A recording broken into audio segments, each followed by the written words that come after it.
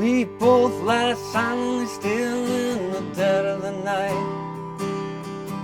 And though we both lie close together, we feel miles apart inside.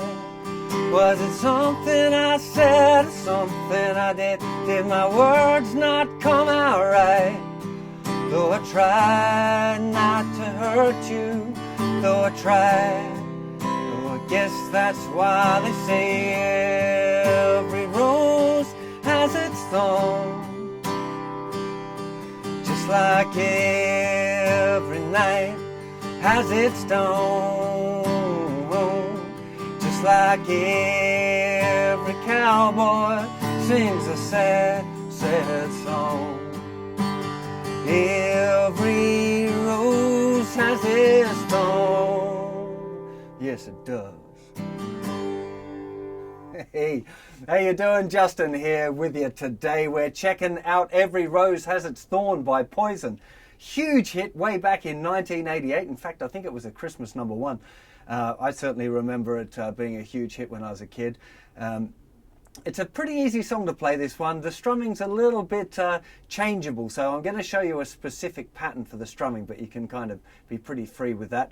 The original's tuned to E-flat tuning, so if you want to play along with the record, you've got to tune your guitar down 1 semitone, right? Every string goes down 1 semitone. If you don't know how to do that, there's a lesson on the website, but I've kept it in regular tuning just to save, well, me the hassle and you the hassle of having to tune down. It's not particularly pitchy, this one, so it, you know, it's just of the era, you know, a lot of that late 80s, early 90s hair metal stuff was tuned down a semitone. So I guess they were just doing it because everyone else did.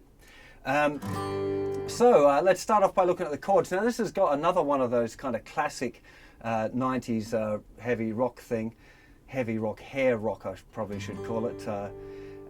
Which is the C add 9 chord. Now if you're playing a G, like the one that uses all 4 fingers, so 3rd fret, 2nd fret, open, open, 3rd fret, 3rd fret.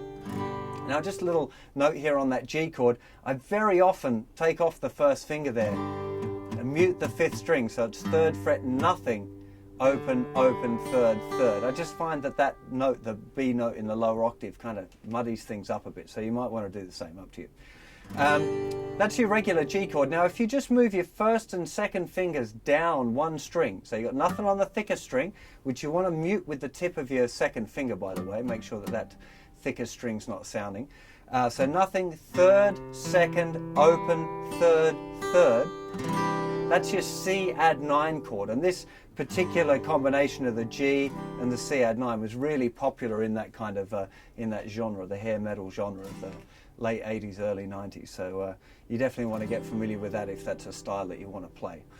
So the intro is just changing between G for a bar to the C add 9 for a bar. And it does that again. As usual, we're starting with just real basic 4 down strumming just to get the form right. Then the verse starts. G, we both lie silently still in the C add 9. Although we G lie close together, we feel C add 9 inside. Was it G that I said or C add 9 that I did? Did my G not come out C add 9? Though I did not to hurt you, though I see, and I guess that's why they say G, every rose has its C add 9. Just like G, every night has its C add 9. Just like G to D chord sings its C add 9 to G. G rose has its C add 9. And then we're back again, right? So the chords are relatively simple. You'll notice that most of them are for a full bar each, but then you've just got 2 strums on certain chords. So let's run through that verse one more time. So we've got a full bar of G, a full bar of C add 9, another full bar of G, and then a full bar of C add 9. Now we're chopping it up a bit, so just 2 strums on G, or 2 beats on G, 2 on C add 9, 2 on G, 2 on C add 9, then a full bar of D, and a full bar of C, regular C if you want to be exact, but it wouldn't matter if you played C add 9, G for a full bar, to C add 9 for a full bar. We're in the chorus now. G for a full bar, and back to C add 9 for a full bar. Now we're chopping them up again, 2 on G, 2 on D, 2 on C add 9, and 2 on G. Full bar of G, and then a full bar of C, but normally you just do 1 strum and let it ring out for 4 beats, right? So that's the chord sequences for the verses and the choruses. There's one other section, which is this bridgey thing, and the bridge is going E minor for half a bar, D for half a bar, C for half a bar, and G for half a bar. E minor for half a bar, D for half a bar, and then a full bar of C. And then we're into the guitar solo. Guitar solo, actually I should run through as well, is kind of a mixture of the bridge and the verses. The solo, the chords underneath the solo are going G for a full bar, to C add 9 for a full bar, back to G for a full bar, and then to C add 9 for a full bar. Then we're going to the E minor, half a bar, D, half a bar, C add 9, half a bar to G. Same thing again, E minor, D, C add 9, and then we've got a little linky kind of section which is just doing like the intro, full bar of G, full bar of C add 9. It does that twice, so I may as well do the last one and then I've done all the sections. Okay, now as usual, a really good idea is to write the chords out. If you've got the songbook, they're there for you. What I want you to do by writing it out or looking at the chords is to make sure that you remember the chord sequences, because they're usually kind of forming little patterns, so it's a good idea if you're checking out what the patterns are. Kind of makes it a lot easier to remember the song, so that's something I'd definitely recommend that you be doing. So let's talk about the strumming now. It's using 16th note strumming, so where we've got these strums, best way to do it is to start with this 1, 2, 3, 4, then downs, 1 and 2 and 3 and 4, but all down strums. Now if you do that, your hand is now moving in 16th note strumming. If I strum all the downs and ups, 1E and a 2E and a 3E and a 4E and a... Right? That's the trick to making sure that you get your hand moving the right way. And for a tune like this, that is the key. Because I'm going to show you kind of the strumming pattern exactly as it's played on the record for the first couple of bars, but it's changing a lot during the song. So you don't have to be really tied into trying to do that one strumming pattern all of the way through. I think it's nice to start with it because it kind of sets it up and it sounds just like the original recording. But once you're into it, man, so long as you keep your hand moving, right? And I'll just explain that again. So just start with the down strums, which would be the beats. You can change chords if you like, but normally when you're learning strumming, better just to stay on one chord, right? So we'll do that. We're just going to be staying on the G. 1, 2, 3, 4. Then add the ands. 1 and 2 and 3 and 4 and, but all down strums. And then if you add in the up strums, 1E and a 2E and a 3E and a 4E and a... Okay, so that's how you kind of get the feeling for how fast your hand should be moving. And once it's moving that fast, even when I'm doing like the pause, often when it does 2, 3, 4, I'll just keep my hand moving anyway. It really helps you keep solid with your time, and that's really important, especially on breaks, because you don't want to kind of, do the break too short or too long, because it'll throw everything out of sync. So let's talk about the actual strumming pattern now, right? The one that's for the first couple of bars of the tune. So we got this.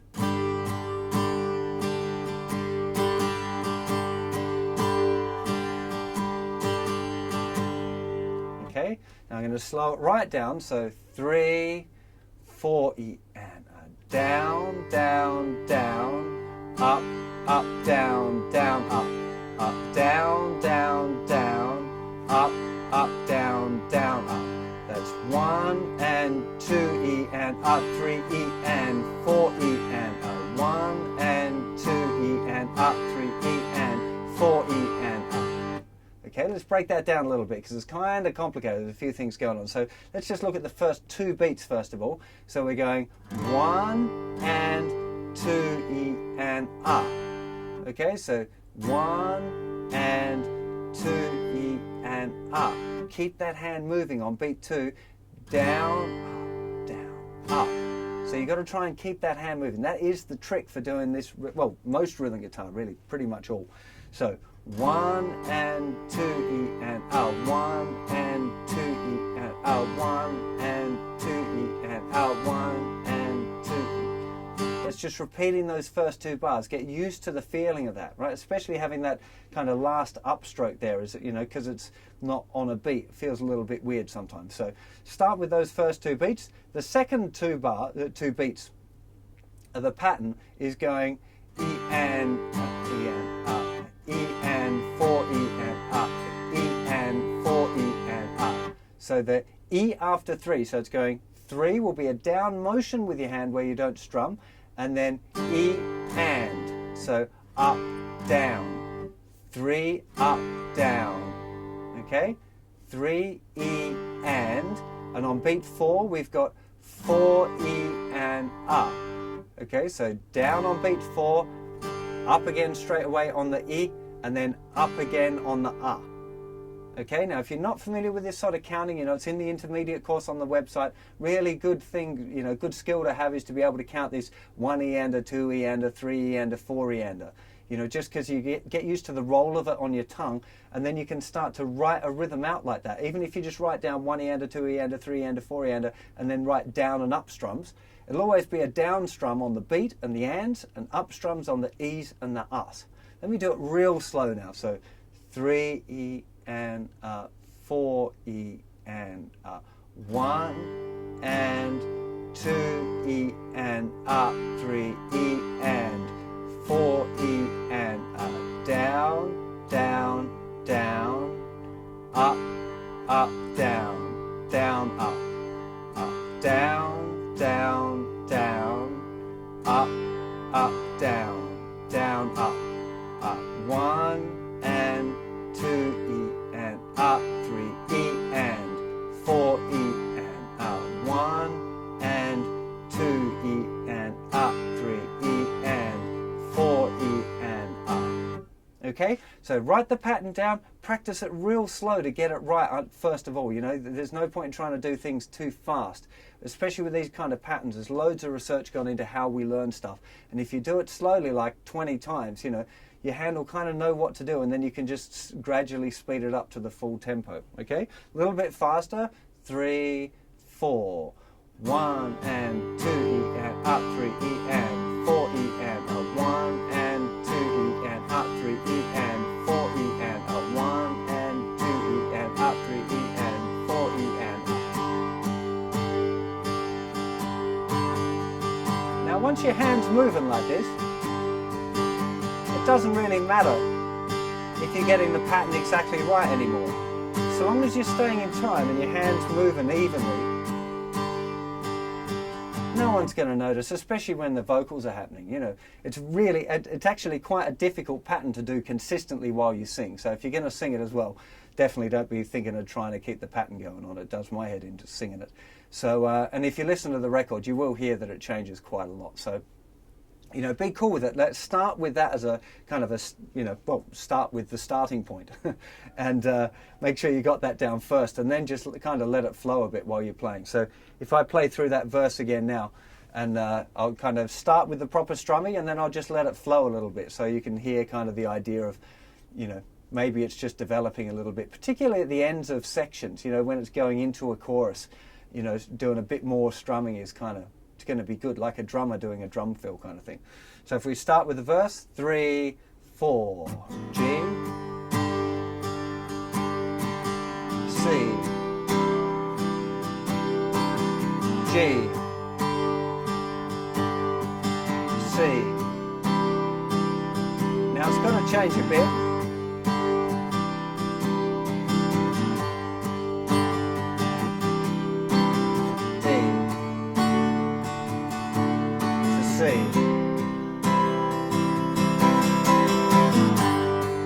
Build into the chorus there. That's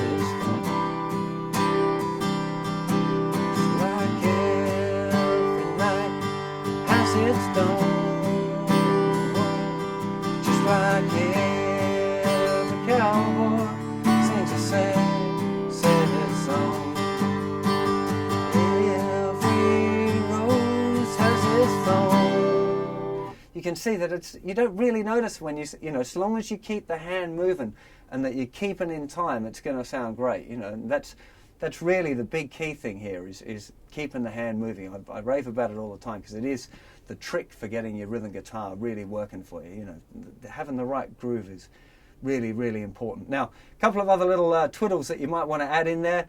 On the D chord in the verses, there's a little bit of sus4 action going on. So he's going right on beat 2 and beat 4. 1, 2 and 3, 4 and. Just adding your little finger down on the 3rd fret. You don't have to do it, but it's on the record. I thought I'd mention it. So 1, 2 and 3, 4. 4 E, I should say. 1, 2 E and 3, 4 E. So down with the sus4, uplifting it off. It wouldn't matter if you held it down a little bit different or did a slightly different little ornament there. You know, it's completely up to you. Now, other thing that's kind of interesting with this tune, if you listen to the original recording, a classic thing of this style as well is having an electric guitar, clean electric guitar, kind of doubling up on stuff but playing notes out of the chord instead of doing the big strumming thing. Just having like...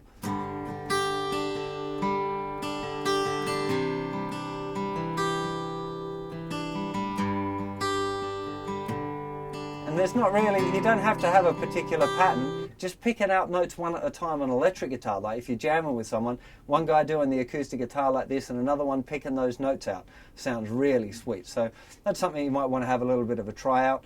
If you're into transcribing, this is a great solo to have a go at. You know, it's all pretty straight, you know. If you wanted to work out that last little twiddle at the end, you might have to slow it down, but the rest of it you should be able to do at regular speed. It's a really good kind of solo. I remember working it out when I was a little one. Can't exactly remember it now because that was rather a long time ago. But you should definitely have a crack at it because learning songs by ear and solos, particularly like this one, is a really good idea. So I hope you have a lot of fun playing this tune, and I'll see you for plenty more lessons and songs and stuff very soon. Take care of yourselves. Bye-bye.